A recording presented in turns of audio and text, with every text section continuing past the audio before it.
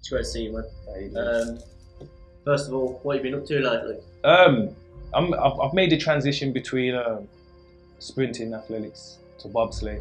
The reason why I did that because I was quite young when I retired from bobsleigh, and I still had a lot of speed in my legs, and I thought to myself that I'd be a great contribution towards the team, and I'll be the first ever British Olympian to go to a Summer Olympics and then a Winter Olympics, and if I achieve a medal, it means I'll be the very first ever athlete to do that in the UK. So for me, it's all about targets and reaching full potentials. So that's one of the main reasons why I did that.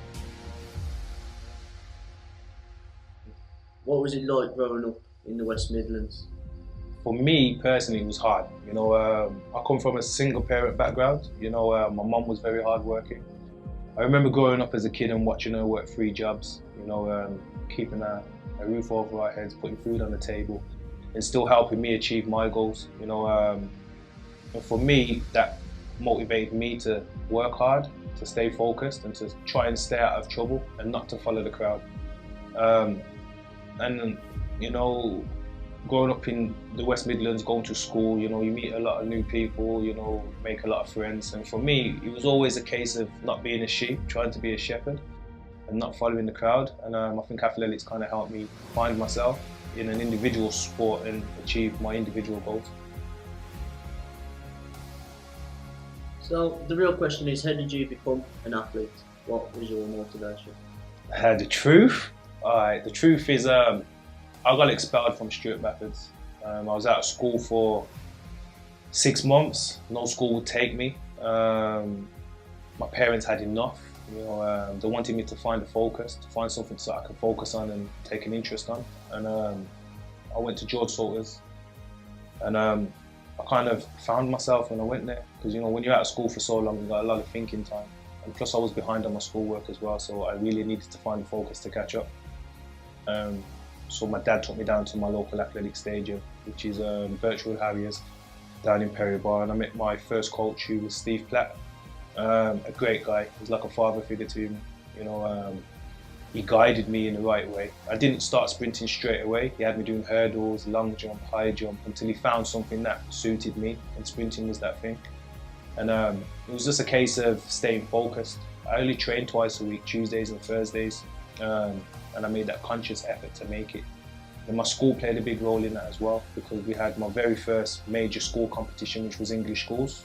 And if you wasn't behaving in school, you wouldn't be able to compete in this competition. For me, I knuckled down and I got my education on point, and my school that allowed me to compete in this competition, and I ended up winning it and then representing my country, England, in my first international. And that kind of opened doors for me to later on compete for Great Britain. So yeah. What would you say is your biggest achievement? My biggest achievement would be the Olympic gold medal in 2004. It's something that I've always dreamt of. It's something that every athlete aims to achieve and aims to go to an Olympic Games. For me, at the age of 21, to go to an Olympics and be amongst great athletes, and to share my Olympic gold medal with the likes of Jason Gardner, Darren Campbell, Marlon Devonish. We're still very close to this very day. There's a lot of things going on in the background as well. So for me, it's kind of, that set me up for the rest of my life. So that day would be my greatest achievement. If I want to go back, my very first achievement would be my World Junior record. Because I went into the championships not as a favourite, but because I had such a strong mind and a strong character, I believed in myself, and I went out there and I beat the Jamaicans, the Americans, and ended up being one of the best juniors in the world.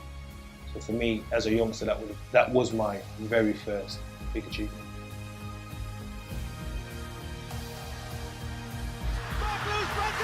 What was the best advice you've ever received from a coach? My best advice from a coach I've ever received is just keep enjoying it. Always work hard. Stay focused. I think they're the main 3 things that anybody can take on board and put into play. If you're not enjoying what you're doing, there's no point doing it. Because if you don't enjoy it, you're not going to progress to the next level. Always be honest with yourself. Always have an open mind. Always be good at taking critique. Because not everything you do is going to be good. there's always an area where you can improve on, but you have to have an open mind, and you have to be willing to make sacrifices to get the rewards and all that. So for me, it's just a case of always just trying to. Alright, just for the kids out there, young men, young women out there that are trying to succeed and chase their goals. Me personally, I never had it all when I was growing up. You know, it was very hard for me to get to training, it was very hard for me to buy equipment, but I kept trying. You know, I always say try and be an individual, try not to follow the crowd. You know, if you try hard enough, you will succeed. You know, and never give up. You'll probably get 1,000 knockbacks before you get to the place where you need to get to. Always stay focused, always stay committed. Times will always get hard because life is not easy, as we know. I had a dream as a young kid, and that was to be an Olympic gold medalist. And that dream came true in 2004. I'm 34 years old right now, and I'm still chasing my goals, and I'm still chasing my dreams, and I still believe in the impossible. It never stops. So keep achieving, keep training hard, and always believe in yourselves. Never give up.